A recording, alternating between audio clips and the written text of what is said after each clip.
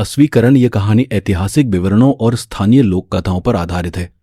भानगढ़ किला राजस्थान एक वास्तविक स्थान है। इस कथा में वर्णित श्राप और घटनाएं स्थानीय मान्यताओं से जुड़ी है। नमस्कार दोस्तों, मैं हूं चरण और आज हम बात करेंगे भारत की सबसे चर्चित जगहों में से एक के बारे में। स्थान भानगढ़ किला, राजस्थान, एक ऐसा किला जहां सूरज ढलने के बाद प्रवेश वर्जित है। भारतीय पुरातत्व सर्वेक्षण द्वारा लगाया गया बोर्ड साफ लिखता है, सूर्यास्त के बाद यहां रुकना मना है।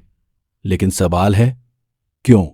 क्या यह सिर्फ सुरक्षा कारणों से है या उस श्राप के कारण जिसकी कहानी सदियों से सुनाई जाती है? आज की कहानी इतिहास, लोककथा और डर के बीच खड़ी है। भानगढ़ किला 16वीं शताब्दी में बनाया गया था। राजस्थान के अलवर जिले में स्थित यह किला कभी एक समृद्ध नगर था। बाजार, मंदिर, महल सब कुछ व्यवस्थित था। लेकिन धीरे धीरे यह जगह उजड़ गई। इतिहासकारों के अनुसार अकाल और राजनीतिक कारणों से यह नगर खाली हुआ। लेकिन स्थानीय लोग एक अलग कहानी बताते हैं, एक तांत्रिक और एक राजकुमारी। कहा जाता है कि भानगढ़ की राजकुमारी रत्नावती अत्यंत सुंदर थी। उनकी सुंदरता दूर दूर तक प्रसिद्ध थी।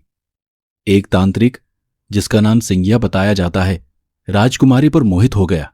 लेकिन वह जानता था उसका प्रेम कभी स्वीकार नहीं होगा, तो उसने काले जादू का सहारा लिया। कहानी के अनुसार उसने एक इत्र की शीशी पर मंत्र किया जो राजकुमारी तक पहुंचाई जानी थी। लेकिन राजकुमारी को शक हुआ। उन्होंने शीशी को पत्थर पर फेंक दिया और पत्थर लुढ़ककर सीधे तांत्रिक पर जा गिरा। मरने से पहले तांत्रिक ने श्राप दिया, भानगढ़ नष्ट हो जाएगा, यहां कोई नहीं बचेगा।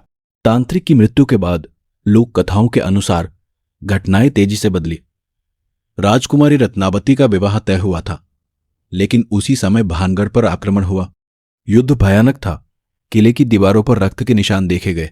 इतिहासकार इसे राजनीतिक संघर्ष बताते हैं, लेकिन स्थानीय लोग इसे श्राप का परिणाम मानते हैं।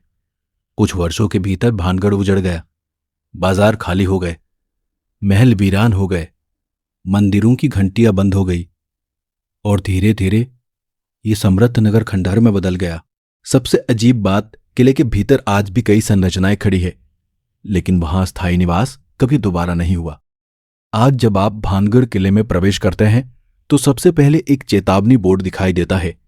भारतीय पुरातत्व सर्वेक्षण का आधिकारिक बोर्ड, सूर्यास्त के बाद प्रवेश वर्जित है।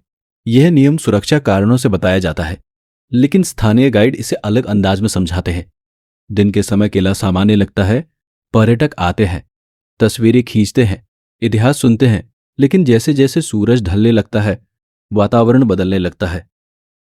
हवा भारी हो जाती है, आवाजें गूंजने लगती है और छायाएं लंबी होने लगती है। स्थानीय लोग कहते हैं सूरज के बाद यहां कुछ और जागता है। एक स्थानीय गाइड ने बताया कि कई बार पर्यटक नियम तोड़कर रुकने की कोशिश करते हैं। कुछ लोग दावा करते हैं कि उन्होंने भीतर से फुसफुसाहट सुनी। कुछ कहते हैं कि उन्हें ऐसा लगा जैसे कोई पीछे चल रहा हो।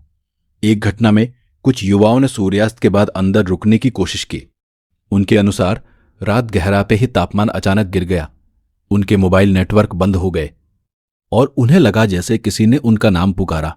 हालांकि कोई आधिकारिक रिकॉर्ड अलौकिक घटना की पुष्टि नहीं करता, लेकिन ऐसे अनुभवों की कहानियां वर्षों से दोहराई जाती रही है। भानगढ़ का मुख्य महल ऊंचाई पर स्थित है। नीचे बाजार की पंक्तियां हैं जिनके छज्जे टूट चुके हैं। किले के भीतर एक खास जगह है, राजमहल का आंतरिक कक्ष। स्थानीय कथाओं के अनुसार यही तांत्रिक ने अपने अंतिम मंत्र उच्चारित किए थे। आज भी उस हिस्से में अजीब सन्नाटा महसूस होता है। हवा का बहाव सामान्य से अलग लगता है, जैसे ध्वनि भीतर ही अटक जाती हो। सूरज ढलने से पहले किले के भीतर रोशनी सुनहरी हो जाती है, लेकिन जैसे ही प्रकाश कम होता है पत्थरों का रंग गहरा हो जाता है। पर्यटक जल्दी जल्दी बाहर निकलने लगते हैं। गेट बंद करने से पहले सुरक्षाकर्मी सुनिश्चित करते हैं कि कोई अंदर न रह जाए, क्योंकि नियम स्पष्ट है, रात में प्रवेश निषिद्ध है। यह नियम कई वर्षों से लागू है और स्थानीय लोग इसे गंभीरता से लेते हैं। पास के गांव के बुजुर्ग बताते हैं कि उन्होंने अपने पूर्वजों से सुना था, रात में किले से रोशनी निकलती थी, मंदिरों से घंटियों की हल्की ध्वनि आती थी और कभी कभी महल की ऊपरी मंजिल पर किसी के खड़े होने की छाया दिखती थी। इन कथाओं की पुष्टि नहीं की जा सकती, लेकिन इन्हें पूरी तरह नकारा भी नहीं जा सका। इतिहासकार और पुरातत्व विशेषज्ञ कहते हैं कि किले का उजड़ना प्राकृतिक और राजनीतिक कारणों से हुआ। अकाल संसाधनों की कमी और युद्ध। रात में प्रवेश निषेध, जंगली जानवरों और सुरक्षा कारणों से। लेकिन सवाल फिर भी बचा रहता है, अगर सब कुछ सामान्य है तो इतने वर्षों से ये डर कायम क्यों है? कुछ पर्यटक बताते हैं कि उन्होंने भीतर जाते समय सामान्य महसूस किया, लेकिन जैसे जैसे वे महल के ऊपरी हिस्से तक पहुंचे उन्हें चक्कर आने लगे। दिल की धड़कन तेज हो गई, बिना कारण घबराहट। ऐसे अनुभवों को मनोवैज्ञानिक प्रभाव कहा जा सकता है, लेकिन जो लोग इसे झेलते हैं उनके लिए वह क्षण वास्तविक होता है। कल्पना कीजिए, यदि कोई सूर्यास्त के बाद अंदर रह जाए, चारों तरफ खामोशी, दूर तक फैला अंधेरा, पत्थरों से टकराती हवा की आवाज, और ये विचार कि सदियों पुरानी एक कथा इस जगह से जुड़ी है।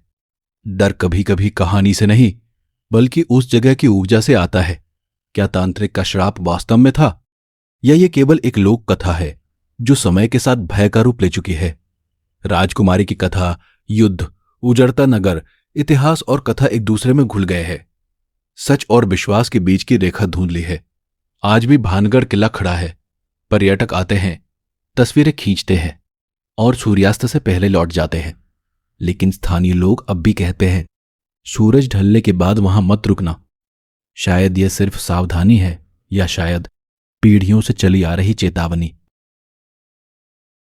दोस्तों, भानगढ़ किला राजस्थान इतिहास का हिस्सा भी है और लोक कथा का भी। सच क्या है, यह शायद कभी पूरी तरह साबित नहीं होगा, लेकिन एक बात निश्चित है, कुछ स्थान केवल पत्थर और ईंट नहीं होते, वे स्मृतियां संजोते हैं और कभी कभी डर भी संजोते हैं। अगर आप कभी भानगढ़ जाएं तो दिन में जाएं, सूरज ढलने से पहले लौट आए। और याद रखिए, हर चेतावनी मजाक नहीं होती। मैं हूं चरण, अगली कहानी तक सवाल करते रहिए, लेकिन अंधेरे को हल्के में मत लीजिए। शुभ रात्रि।